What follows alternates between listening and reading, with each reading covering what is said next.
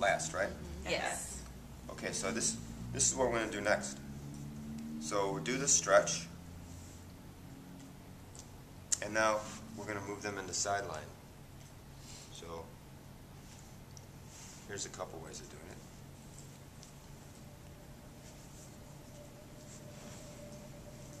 it. Okay, sideline.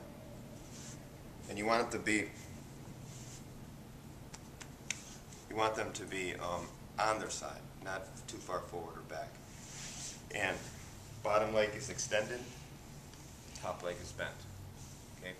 And you want to have it bent to the extent that it's pretty much even with the hip. Now, if this is uncomfortable for people, you can always bolster. Oh, thank you. That was lovely. You can bolster if that's a problem with somebody. But generally, the stretch is good and they're on their side. So after you put them on their side, you hang on to this arm and you're going to bring it overhead. And you're going to give them a nice stretch, because all this has to do with the side of the body. So I'm letting the arm bend. Can you see that? And I'm putting my hand right at the bend of the elbow, because that's a nice natural hold. And the other hand is right at the wrist. And then I'm just going to lean back. And however you need to stand to do this. But try to be so that the arm is rather parallel to the ground as opposed to up here too much. Because they get a better pull. So you just want to pull a couple times. And then you're going to come back and you're going to use your knee to brace their body so that they're nice and supported. And your foot is above their head. So now my hara is right here, and that's what I'm going to do, is just add compression with my palm to the side of the head. And I'm just leaning in on the exhale and working my way into the side of the head.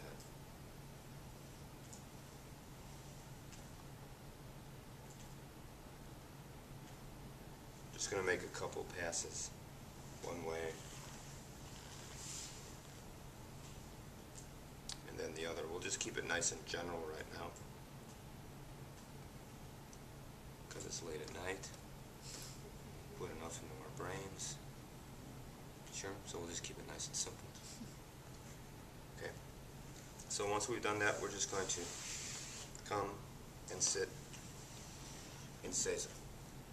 And we're right up against the person so that we're supporting them. Okay. And I'm going to take my arm and slip it under her arm for support. And I'm going to take my thumb and I'm going to work the area from the mastoid process to the spine, up underneath the occipital ridge. So if you let your thumb feel for the mastoid process, then let your thumb go right up underneath the occipital ridge. You just place your thumb there. You don't even really have to press.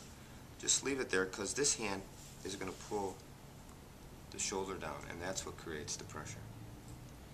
And then you're going to work up underneath there.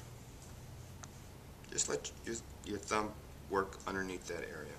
It's a small, relatively small area from the mastoid process to the spine. And as you lean back, you just exhale and let your body weight do this. Okay. And then, see how this hand is positioned here already? We'll just take the other hand and place it on top of the shoulder. And we'll inhale. And on the exhale, I'm just going to lean back so she feels a nice stretch to her neck. And I'll just do that a couple of times. Leaning forward, I'm inhaling, and as I lean back, I'm exhaling.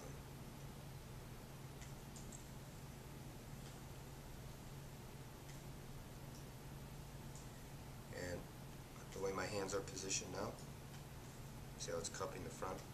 This other hand I'm just going to place on the back, and we're just going to do range of motion. One way,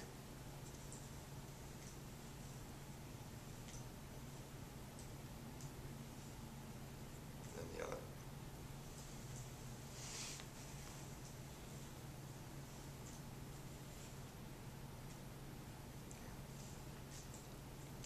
just going to take my hand this way and lift the arm. And because my knees are right up against her, I'm going to stretch her arm this way, and it's like her scapula is going to be bending over my thigh. This hand is here to help this stretch, and I'm just going to stretch her arm this way. You let me know when that's enough. Okay? Nice.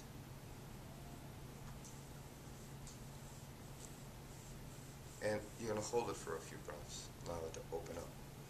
And when you are doing a sustained stretch, either on someone or yourself when you're stretching, when you come out of the stretch, do yourself a favor and come out of it slow. Because you know you can't come out of it too quick and your muscles can contract a little bit. So you want to bring it down. Okay.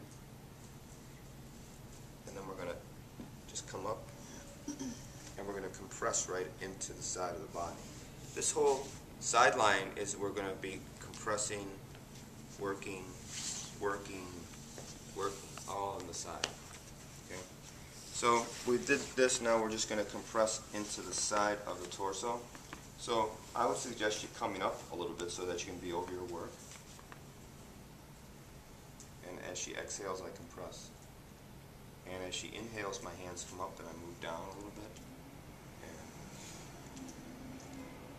And you're just going with her inhale and exhale, absolutely.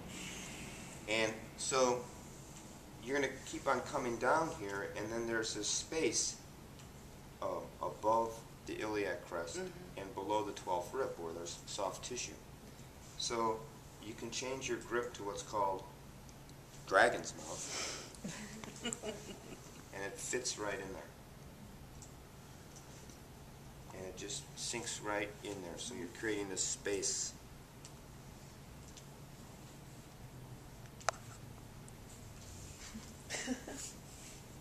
No. Relax, hands. See? Space. So I just like that sinking in.